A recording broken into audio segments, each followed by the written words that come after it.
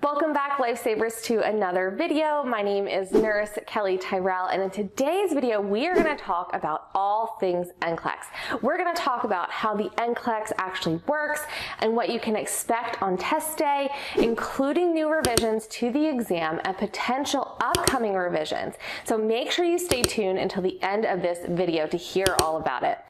In order to develop solid study strategies to pass your NCLEX, it's really important to know exactly how this test works and what you can expect. So what is the NCLEX? Well, the NCLEX stands for the National Council Licensure Examination. This is a nationwide examination for the licensing of nurses in the United States and in Canada. And there are two different types of NCLEX exams.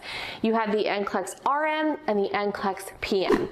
So after graduating from nursing school, the next and final step is passing an NCLEX exam in order to receive your nursing license from the state. A nursing license gives an individual permission to practice nursing, and it's granted by the state wherever you may want to practice. Over 70,000 nurses take the NCLEX every single year, and they fail. That's in the United States alone. Despite an 87% passing rate for the first-time test takers, it's still really important for nurses to have a solid study plan before taking the NCLEX. So why do we actually have to take the NCLEX? Well, the NCSBN, which stands for the National Council of State Board of Nursing, is the regulatory board who governs the NCLEX exam. And it's the NCSBN's mission to determine if you will be a safe entry-level nurse who is able to think critically. So they need to make sure that you are not going to cause unintentional harm to patients or clients while you're providing hands-on care to them. So how does this NCLEX work? Well, the NCLEX is administered through a computer adaptive testing mode, or also known as a CAT system. Essentially, in this style of testing, the computer selects the next question based on how you performed on the previous question. So for example, if you answer a question wrong, the test will then deliver you a slightly easier question. If you get the question correct, then the test will deliver you a slightly harder question. So when you answer questions wrong or correctly, the computer selects that next item based on the assumption that you should have about a 50% chance of answering the question correctly. The ultimate goal of the CAT-style exam is to make sure that the test isn't too hard or too easy, so that way it can properly evaluate the ability of the nurse to work competently and safely. So how does the NCLEX select its questions? So as we had just discussed, the CAT-style system used on the NCLEX means it's a progressive grading system. It's a pass or fail system. As far as topics and content are concerned, there are 8 key areas that are going to be tested. So 20% of the questions are going to be on management of care for the NCLEX RN or coordination of care for the NCLEX PN. 15% on pharmacological and parenteral therapies. 14% will be on physiological adaptation, 12% on each safety and infection control and reduction of risk potential. Then you're going to have 9% on each health promotion and maintenance, psychosocial integrity, and basic care and comfort. When it comes to question types, the NCLEX outside of the traditional multiple choice style questions will have 7 alternate format question types that you may encounter. The first type of alternate format question is the multiple response questions, or those dreadful SATA questions that everyone hates. So each multiple response question has at a minimum of 1 correct answer. These questions do not have a maximum amount of correct answers, so what that means is that all of the choices may in fact be correct. So you will recognize this type of question because it will ask you to select all of the correct answers that apply, not just to select the best answer. So make sure that you're looking for the key phrases select all that apply when you read this question. I know it sounds simple, but a lot of students will overlook this key phrase and they will actually miss the fact that it's a select all that apply question. You want to also keep in mind that for each multiple response question, you must select all of the correct answers on the question in order to get full credit. Unfortunately, on the NCLEX, you don't receive any kind of partial credit in the scoring of these items.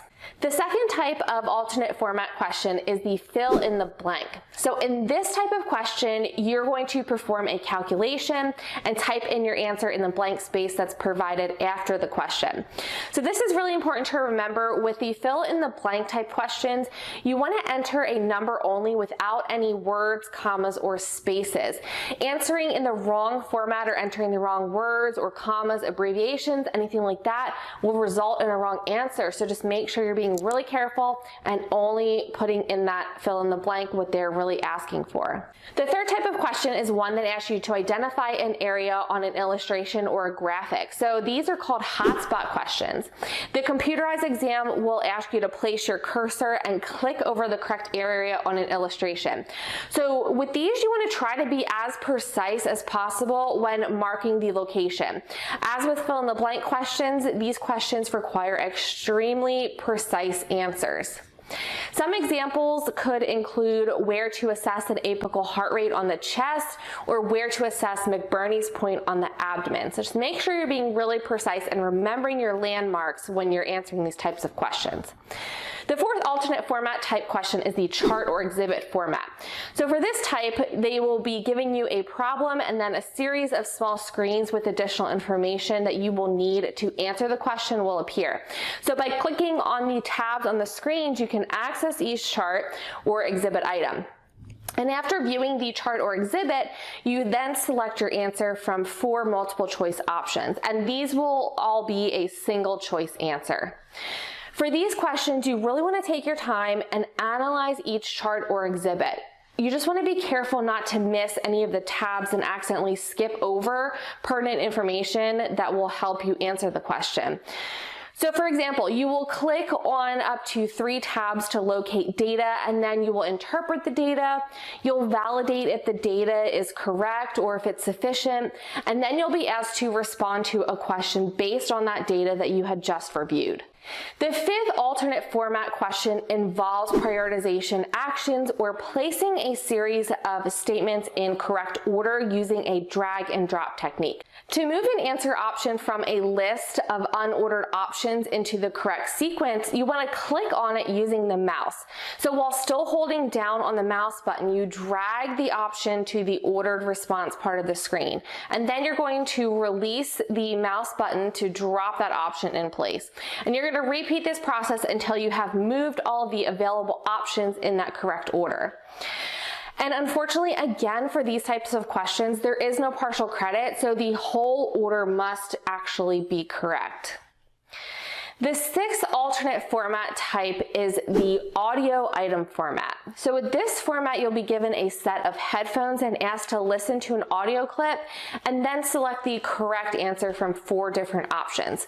So you'll need to select the correct answer on the computer screen as you would with any traditional multiple choice questions. An example of this type of question would be listening to different adventitious lung sounds to identify crackles, stridor, or rhonchi. The last format item type is the graphic option question. So this type varies from the exhibit format type question because in the graphic option, your choices will be graphics such as an ECG strip.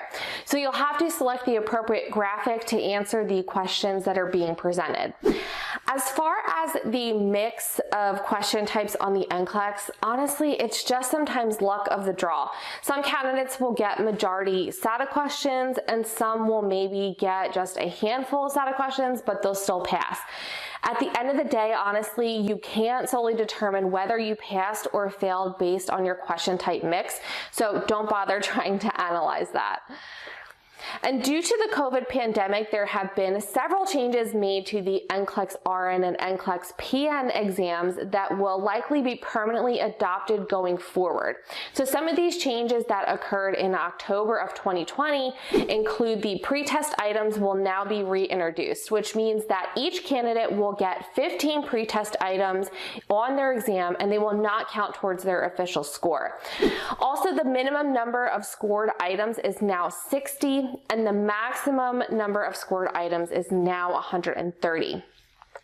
And due to the addition of the 15 pre-test items, the minimum length of the exam is 75 questions and the maximum number of questions is now 145 questions.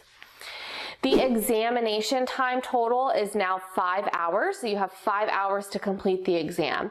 And the old run out of time or route scoring rule is no longer applicable. So prior to October 1st, 2020, if you ran out of time, then the final ability estimate, in other words, did you pass or did you fail, would actually be determined off of the last 60 questions that you completed. However, since the exam items have now shortened, if you run out of time, the final ability estimate is computed from the responses to all of the questions that have been answered. They have also reintroduced a voluntary Next Generation NCLEX or NGN special research section, which basically helps the NCSBN develop future versions of the NCLEX. So when will the Next Generation NCLEX appear? Well, we don't know much about the upcoming changes at this point since they are currently still in that testing and beta phases and it takes a couple years. But what we do know is that we can expect to see the next version of the NCLEX to be released sometime in 2023. And there is a rumor that in this version, they will now be awarding partial credit for SATA questions, which would be honestly such a huge relief to so many students who struggle with those question types. But for now, what I can tell you is that it's just speculation, nothing is confirmed, and you can be rest assured that once I have the sources to confirm the new changes, I will be releasing a YouTube video on that ASAP to keep you guys informed. And the last change, aside from my hair, is the NCLEX tutorial is now replaced with a general guide and test taking tips. The last topic we are going to cover is what to expect when you arrive at that test center. So first off, I want to tell you that you should plan to arrive at least 30 minutes before your testing time, because if you're late more than 30 minutes, then you may be required to forfeit your NCLEX appointment, and you will then be required to re-register, and you'll also have to pay another exam fee. So it's better to be early than late. And friends and relatives or children are not allowed to wait in the test center or contact you while you're taking the examination.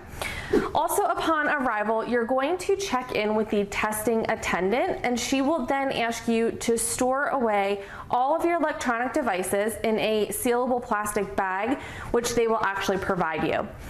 So next you will be directed to read the candidate statement, and you're going to provide an electronic signature, basically agreeing to the terms and conditions of the NCLEX, followed by presenting a valid form of identification.